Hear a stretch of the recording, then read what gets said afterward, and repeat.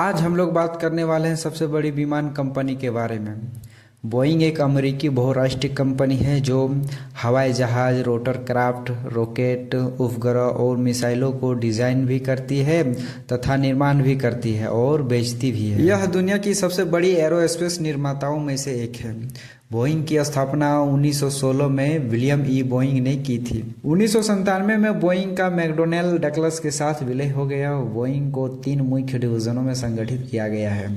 Boeing का commercial plane, Boeing defence, space and security और Boeing global services. अब हम लोग बात करने वाले हैं बोइंग कंपनी के इतिहास के बारे में।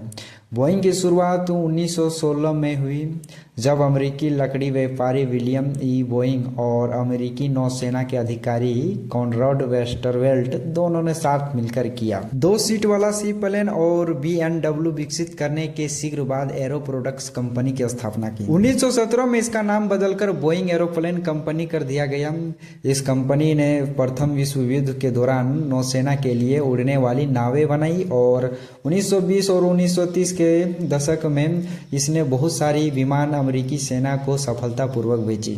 1920 के दशक के अंत में बोइंग एयरप्लेन ने एयरमेल सेवाओं का विस्तार किया और 1928 में विलियम ई बोइंग ने विमान निर्माण और एयरलाइन संचालन दोनों को शामिल करने के लिए Boeing airplane and transport corporation का गठन किया। द्वितीय विश्व युद्ध से पहले और उसके दौरान बोइंग एरोप्लेन कंपनी ने कई प्रसिद्ध जरूरतमंद विमान बनाए, जैसे मॉडल 247 ट्विन इंजन मोनोप्लेन और मॉडल 314 फ्लाइंग बोट जैसे और भी बहुत सारे विमान बनाए गए, जिससे द्वितीय विश्व युद्ध के दौरान इन विमानों ने युद्ध में अपनी महत्वपूर्ण भूमिका निभाई। युद्ध के बाद के वर्षों में बोइंग ने 6 इंजन वाले B-47 स्ट्रेटोजेट और 8 इंजन वाले B-47 स्ट्रेटोजेट के साथ अपनी सैन्य प्रतिबद्धताओं को जारी रखा, जबकि बोइंग सफलतापूर्वक सैन्य विमान बेच रहा था। द्वितीय विश्व युद्ध के बाद भयंकर और विस्तारित विश्व बाजार में प्रतिस्पर्धा करने के लिए कंपनी ने टर्बोजेट द्वारा संचालित एक एयरलाइनर विकसित करने का फैसला किया,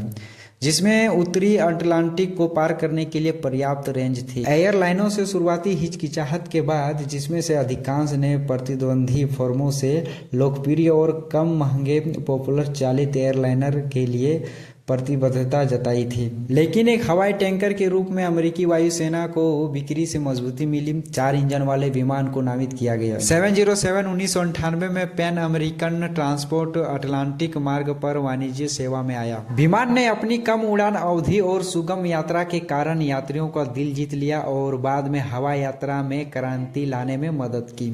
जब 1970 ईस्वी में 400 सीटों वाला विमान सेवा में आया लोगों के बीच, तब बोइंग का बाजार अत्यधिक फैल गया और बोइंग कंपनी को कई देशों से ऑर्डर मिलना स्टार्ट हो गया। चलिए अब जानते हैं कि बोइंग कंपनी का मालिक कौन है।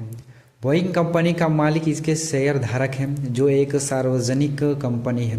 वैनगार्ड, न्यूपोर्ट ट्रस्ट और ब्लैक रॉक इसके सबसे बड़े शेयर धारकों में से कुछ हैं। बोइंग एक सार्वजनिक रूप से कारोबार करने वाली कंपनी है, जिसका मतलब है कि इसका स्वामित्व शेयर धारकों के पास है। कोई एक व्यक्ति या संख्या कंपनी का मालिक नहीं है। अभी वर्तमान समय में बोइंग कंपनी का CEO केली ऑर्टबर्ग है, जिन्होंने 8 अगस्त 2024 से पदभार संभाला है। चलिए मिलते हैं अगले वीडियो में। धन्यवाद।